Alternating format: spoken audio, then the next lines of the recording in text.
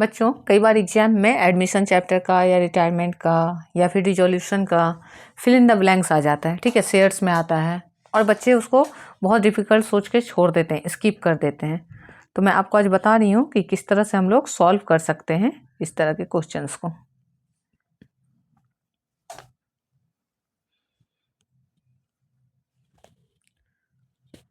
तो देखेंगे हम लोग कि यहाँ एक क्वेश्चन दिया हुआ है कि A and B share profits of a business in 2:1 ratio.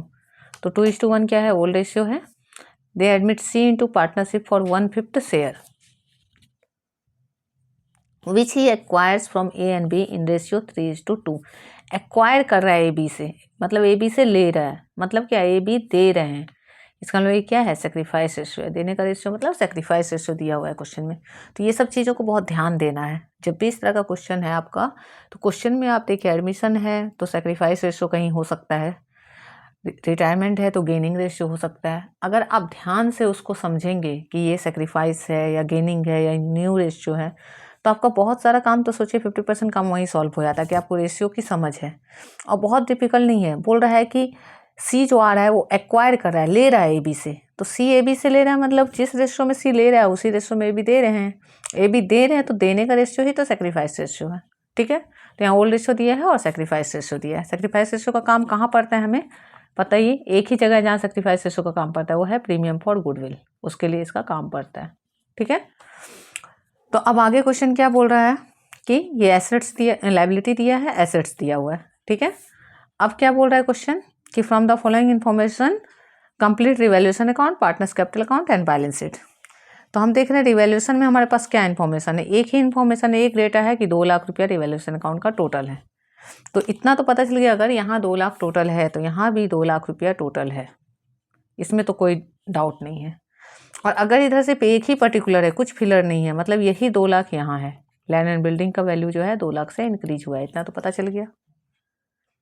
अब आगे हमें पता नहीं, आगे देखना है। तो ये हम जानते हैं कि यहाँ क्या होता है, बाय बैलेंस बी डी, और बी डी दिया हुआ है क्वेश्चन में, देखिए 7 लाख और 5 लाख। नया पार्टनर का तो बी डी होता ही नहीं है, वो तो अभी आया ही है।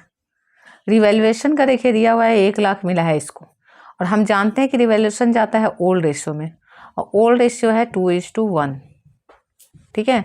यानी अगर इसको 2 मिला तो इसको 1 मिलेगा, इसको 1 लाख मिला मतलब इसको कितना मिलेगा, 50,000। हो गया, रिवैल्यूएशन वाला काम हो गया। बाय बैंक हमें पता है कि ये केवल होता है न्यू पार्टनर के लिए। बाय बैंक किसके लिए होता है? सिर्फ न्यू पार्टनर के लिए।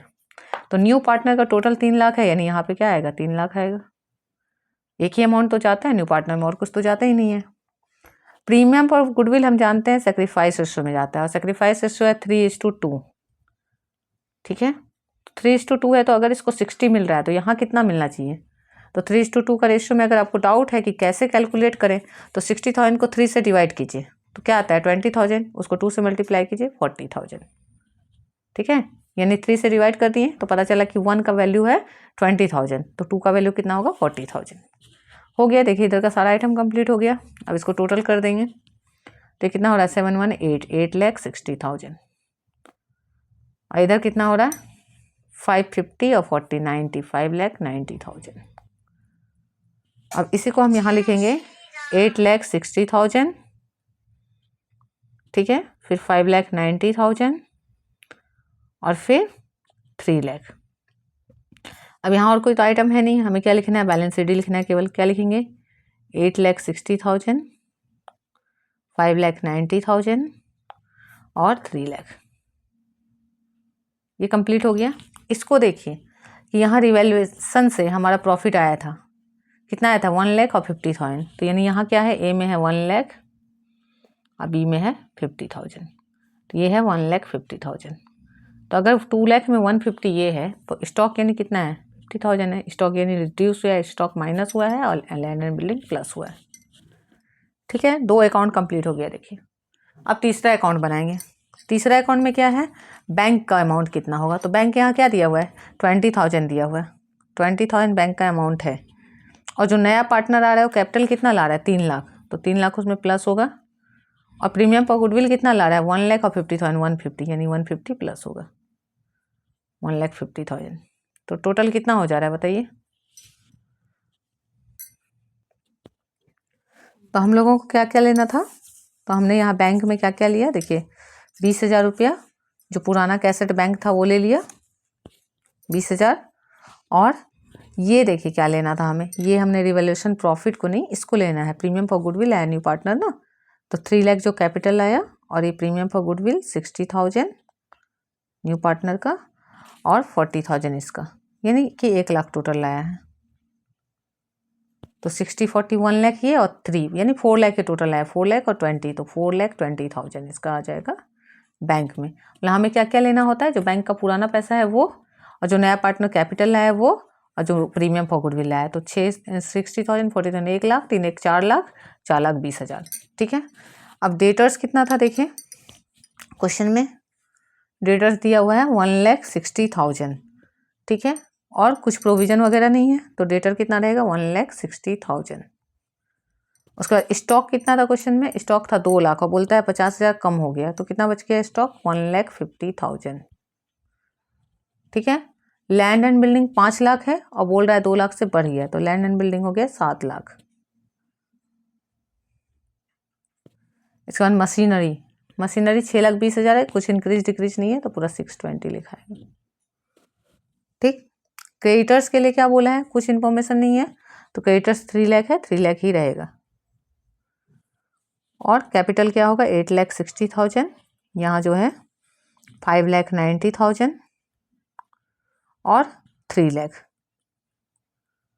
तो कितना आ जाएगा, इसको ऐड करेंगे तो 0 0 0 0 9 6 15 1 कैरी और 9 9 5 14 3 17, आगे 20,50,000। अब इधर का ऐड करके देखेंगे, 0 आएगा 3, चौथा प्लेस पे भी 0 आएगा, 6 2 8 8 5 13 2 15 1 कैरी हुआ, 4 1 5 6 7 7 और 8 7 और 8 15 और 6 21 कैसे हो रहा है, 20 ही होना चाहिए। क्रॉस चेक कर लेते हैं इसको, 6 2 8 8 5 13 13 2 15 कैरी 1 हुआ, 4 1 5 5 1 6 6 1 7 7 7 14 और 6 20 सही है। ठीक है। तो हम लोगों को भी कैलकुलेशन करते समय हमेशा क्रॉस जाना चाहिए। मेरे सर हमेशा बोलते थे कि एक बार ऐड करो फिर से क्रॉस चेक करके देखो। हमें सोचने से लगता है कि अरे इतना टाइम किसके पास होता है, लेकिन यही टाइम सेव करता है। आपने यहीं पे चेक कर लिया या बीच बीच में चेक करते रह गए तो हमारा क्या होता है, कैलकुलेशन आगे सही बनता है। तो देखिए कितना टाइम लगा, मुश्किल से मतलब 7 से 8 मिनट में ये पूरा क्वेश्चन सॉल्व हो गया और 6 मार्क्स में ये क्वेश्चन आता है।